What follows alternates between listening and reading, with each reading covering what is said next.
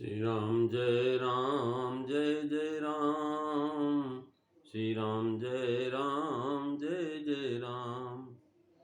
बोलिए सियावर रामचंद्र भगवान की जय। पवन सुत हनुमान की जय। आदरणीय श्रोतागणों, मानस चिंतन चैनल पर आप सभी का स्वागत है। पिछली चर्चा में आप दोहा नंबर 37 बालकांड की जो है पहली चौपाई का जो है श्रवण कर रहे थे, जिसमें तुलसीदास लिखते हैं कि सप्त प्रबंध रुचिर सोपाना, ज्ञान नयन निरखत बिन्नाना। अब दूसरी चौपाई पर हम जो है विचार करेंगे। तुलसीदास जी लिखते हैं कि रघुपति महिमा अगोदय बाधा, बरनब सोई बरो बारी अगाधा। मंगल भवनु अमंगल हारी, रबउ सुदशरथ अजीर बिहारी। श्री राम जय राम। श्री राम जय जय राम। महाराज राम जी की जो महिमा है वो निर्गुण स्वरूप की एक रस महिमा का वर्णन ही उत्तम जो है जल की अगाधता है। महाराज निर्गुण भगवान का स्वरूप जो है निर्गुण, ये गहराई उनकी। महाराज सीढ़ी से उतरने पर गहराई दिखाई पड़ती, इससे प्रथम सीढ़ी लिख करके तब गहराई लिखते हैं कि महाराज जो है राम जी के दो रूप, राम जी की कथा के भी दो रूप है, कि निर्गुण एक सगुण। निर्गुण जो है अव्यक्त है, दिखाई नहीं पड़ता, इतनी गहराई है कि नीचे आप देख नहीं सकते कितना गहरा है। अब जल को अगाध कहते हैं क्योंकि प्रथम जल थल की अगाधता है, पीछे जल की। जल थल पर टिकता है, इसी से प्रथम थल को कहा है। सगुण यश बारी है, यानी बरसहि राम सुजस बरबारी। और निर्गुण महिमा जो है वर्णन जल की अगाधता गहराई। अबाधा का भाव है कि सगुण की महिमा एक रस नहीं और निर्गुण की महिमा में बाधा नहीं, एक ही जैसा है। इसी तरह अगाध जल बाधा रहित, इसी से अगुण की महिमा को अबाध कहा है। सगुण की महिमा में बाधा है क्योंकि जल लीला में विलाप किया, भगवान जो है नाग फांस में बांधे गए, अज्ञानी बनकर के विद्या पढ़ी, तो ये और बहुत सारे कर्म किए, ईश्वर की महिमा कहाँ रह गई। अगुण से जनाया कि गुण की भी महिमा है। सगुण की महिमा श्री सीता जी ने देखी, और जो महाराज सती समुझ रघुवीर प्रभाव सती जी ने देखा, और जो है सती समुझ रघुवीर प्रभाव भय बस शिव सन की इंदुराव, कौशल्या जी ने देखा, भुसुंडी जी ने देखा, और रघुपत शब्द देकर के जनाक सगुण अगुण दोनों श्री राम जी की ही महिमा है। अगुण भी और सगुण भी दोनों राम जी की महिमा है। अगुण अबाधा महिमा के उदाहरण के महाराज राजा मनु भगवान की तपस्या करने जाते हैं, तो विचार करते हैं कि मैं अगुण अखंड अनंत अनादि जे चिंते परमार्थ बादी। वैसे भगवान की जो है महाराज उन्होंने उपासना किया, लेकिन ये भी इस हृदय में अभिलाषा है कि जो है उर अभिलाष निरंतर होई, और महाराज जो है उर अभिलाष निरंतर होई, देखिए नैन परम प्रभ सोई। मैं जो अगुण अखंड है, अनंत है, अबाध है, ऐसे भगवान को मैं जो है अपनी आंखों से देखूंगा। जब आंखों से देखने की बात आई तो महाराज वहां पर स्वरूप आएगा। महिमा अगुण बाधा के भाव है। महाराज इस प्रकार से जो है राजा भगवान श्री राम जो है जब वनवास हुआ, राज से वनवास की तरफ चले गए, तो वहां पर जो है कह रहे राम ब्रह्म परमार्थ रूपा है। लेकिन जो है नारद जाकर के अगस्त मुनि से पूछा कि महाराज आपसे मैं मंत्र देना चाहता हूं जिससे मैं राक्षसों का वध कर सकूं। तो मन मुस्काए और बोले महाराज मुझे क्या पता।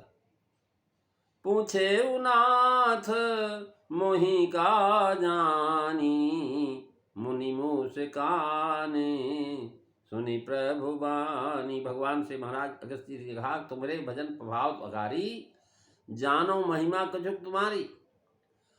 और महाराज जग हनुमान जी महाराज जब देखते हैं तो उन्होंने देखा जग कारण तारन भवन, जग कारण तारन भव भंजन धरनी भार, की तुम अखिल भुवन पति लीन मनुज अवतार। महाराज रावण से हनुमान जी ने बताया सुन रावण ब्रह्मांड निकाया, पाई जास बल विचित माया। काल कर्म जीव सबके जिनके यहाँ था। महाराज भगवान की महिमा परम है। अगुण अर्थात बिना गुण, बिना डोर के और अबाध गति जो है, बिना बाधा के महाराज सब जगह निर्बाध रूप से रहते हैं। ये महिमा रूप जल बिना डोर और बिना बाधा के सबको सुलभ, इसलिए महिमा श्रेष्ठ और अगाध जल है। राम की महिमा की बात था नहीं, इसलिए अगाध करना उचित है। वेद कहता है यतो वाचे निवर्तन्ते, जल की यह गहराई का पता महाराज डोर ही से मिलता है। यहाँ गुण है ही नहीं तो था कैसे मिल सके। सांख्य शास्त्र में माया के 3 गुण है, इससे जनाया कि राम जी की महिमा मायिक गुणों से पृथक है। माया के गुणों में बाधा होती है, राम जी की महिमा में माया की प्रबलता नहीं है, अतः अबाध है। अगुण अबाध महिमा को अगाधता कहने का भाव यह है कि रघुनाथ जी का नाम, उनका रूप, उनकी लीला और उनका धाम, ये चारों परम परात्पर परथ वर्णन है। ये प्रभु का अगुण अगाध महिमा है। महाराज जो भगवान की महिमा है, महामंत्र जोई जपत महेशु और काशी मुकुति हेतु उपदेशु। राम नाम की महिमा की था नहीं, इसलिए अगाध कहना उचित है। महाराज महामंत्र भगवान शिव जपते हैं, किस लिए? काशी में उपदेश देते हैं इसी राम नाम महिमा। और अगुण अबाध महिमा महाराज इन चारों का परात्पर ब्रह्म परमात्मा भगवान श्री राम महाराज कह रहे हैं कि एक रस पूर्ण है। मानस कथा रूपी जल की सजलता का मूल है, अर्थात इसके प्रभाव से जल नहीं घटता, एक रस परिपूर्ण भरा रहता है। अतएव अगाधता है। जैसे परतम के यश की था नहीं है, वैसे मानस भी अथाह है। अद्वैत मत के अनुसार सत्ता 3 प्रकार की होती, पदभास की, व्यवहार की और परमार्थ की। पदभाषिकी का बाद व्यवहारिकी से और व्यवहारिका का जो है परमार्थिक से होता है। परमार्थिक सत्ता अर्थात निर्गुण ब्रह्म का बाद नहीं होता। बड़ा सब जगह निर्गुण ब्रह्म है, लेकिन दिखाई नहीं पड़ता है। हमारे अंदर बाहर सब जगह व्याप्त है, धरती में, आकाश में, जल में, वायु में, अग्नि में, सब में विराजमान है, लेकिन दिखाई नहीं पड़ता है। जिस भांत परमार्थी की सत्ता महाराज निर्गुण ब्रह्म, जिस भांत एक बृहदाकार शिला में पुतली आदि के आकार का विद्यमान है, उस शिल्पी पाषाण उन भागों को महाराज आकारों में ढके हुए।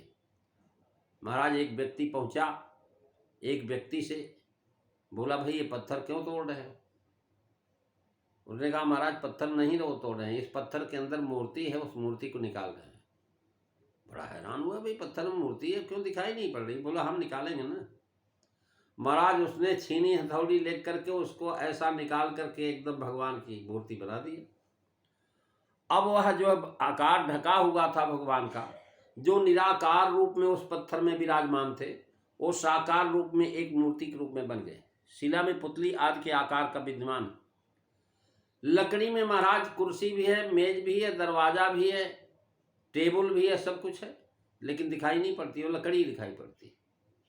लेकिन लकड़ी को महाराज कलाकार के द्वारा चीर करके, फाड़ करके, उसको जोड़ करके नाना प्रकार के फर्नीचर बना देंगे, नाना प्रकार के पलंग तखत बना देंगे, दरवाज़ा बना देंगे। अब जब कोई पूछेगा भाई क्या करने के, पलंग है, तखत है, दरवाज़ा है, लेकिन वास्तव में न दरवाज़ा है न पलंग है, कुछ नहीं, वो तो लकड़ी ही है। ऐसे भगवान की महिमा महाराज, महिमा अद्वैत मत के अनुसार है महाराज।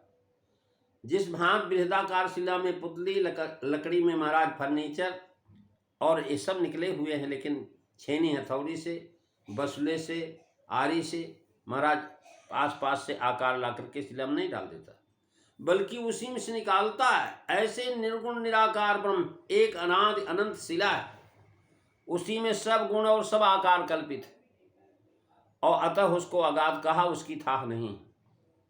तुलसीदास जी वर्णव सोई बल विविध विराधा। निर्गुण ब्रह्म अपनी महिमा में ही प्रतिष्ठित है, अतः उसका साक्षात वर्णन नहीं, उपमा द्वारा वर्णन करने का निश्चय करते हैं। यद्यपि निरुपम उपमा की नहीं दी जा सकती, तथापि निषेध रूप से प्रदेश मात्र का दिखाया जा सकता कि वर्षा के जल में गहराई इतनी थोड़ी होती है जिसका वर्णन करना ही प्राप्त था। अगाध हृदय में आकर के राम जी का श्वेत रूपी जल जब भर जाता है तो उसमें अथाह गहराई भी आ गई। उसी अथाह गहराई से अगुण अबाध महिमा को अपमित किया गया है।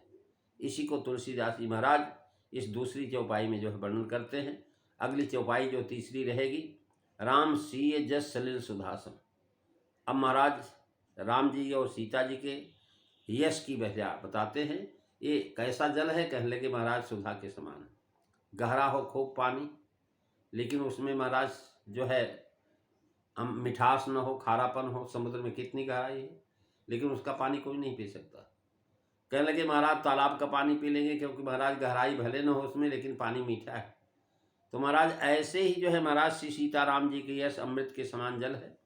जो उपमाएं इसमें दी गई हैं वे ही मन को रमाने वाली है, लहरों की विलास है। तो इसकी चर्चा आप अगली कथा में सुनेंगे। बोलिए सियावर रामचंद्र भगवान की जय। जय सीताराम सभी को।